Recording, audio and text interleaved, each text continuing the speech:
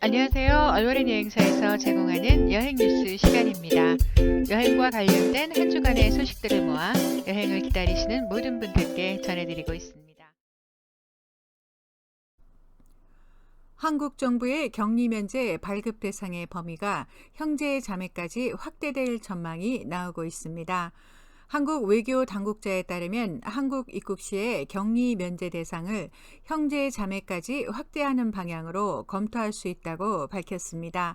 다만 코로나 해외 유입 추이와 한국 내 방역 역량을 따져봐야 하는 만큼 확대 여부를 결정하는 데 시간이 걸릴 수 있다는 설명입니다.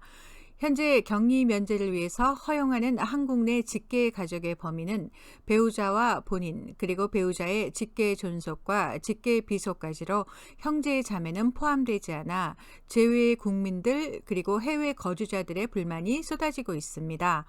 앞으로 점점 좋은 소식만 들려오겠지만 궁극적으로 한국과 캐나다 간의 무비자 여행 중단이 빨리 풀어져서 우리가 이런 번거로움 없이 자유롭게 여행할 수 있는 날이 오길 바랍니다.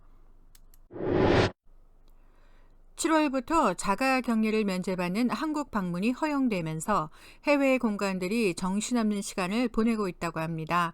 토론토 총영사관 역시 신청 첫날인 2일 관련 문의만 100통이 넘는 등 자가 격리 면제서 신청을 접수하느라 진땀을 뺐다고 하는데요.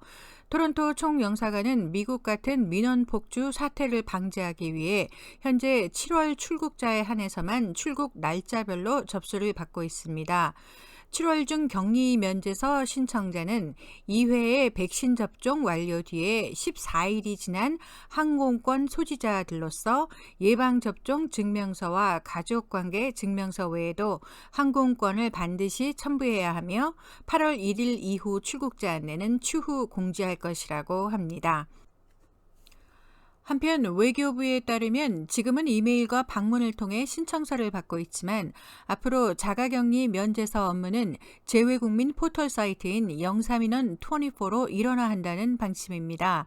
7월 중순부터는 영사민원 24라는 포털 사이트를 통해 격리 면제서 신청을 직접 할 수 있도록 한다는데요.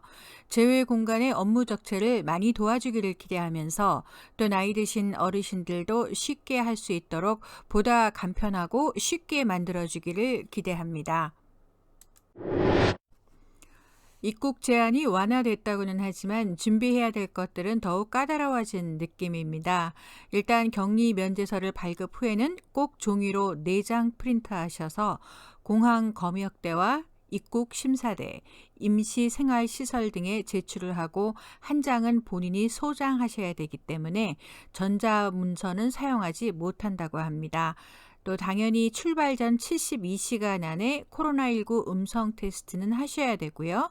캐나다 시민권자들은 한국 방문 비자 역시 함께 준비하셔야 합니다. 앞으로 미국 여권의 성별란이 길어지게 될 것 같습니다. 미국은 여권 발급 시 자신의 성을 여성과 남성 중 자신이 알아서 선택할 수 있도록 했습니다. 미 국무부는 여권 발급 절차와 해외 출생 영사 보고서 개정 등을 통해 여권상의 성별을 추가적인 의료 인증 없이도 본인이 직접 선택할 수 있도록 제3의 선택을 가능하게 했습니다. 제3의 성을 의미하는 non-binary, 여성과 남성이 혼합된 간성, 남녀로 자신의 성별을 구별하지 않는 젠더 비순응 등을 선택할 수 있게 한다는 것인데요. 다만 기술적인 문제로 시간은 상당히 걸릴 것으로 예상하지만 성소수자의 인권을 존중하고 미국 여권 소지자들이 성별의 차별 없이 자유롭게 여행할 수 있도록 보호하기 위한 조치 중에 하나라고 합니다. 이제 캐나다 여권을 소지한 분들은 제한 없이 유럽을 여행할 수 있게 됐습니다. 아스트라제네카 백신은 유럽연합에서 승인하지 않고 있기 때문에 아스트라제네카 백신을 접종받은 캐네디언의 입국이 금지될 것이라는 초기 우려에도 불구하고 캐네디언은 EU 평의회에서 역학적으로 안전하다고 간주되는 11개국 중에 하나로 허가를 이루어냈다고 합니다.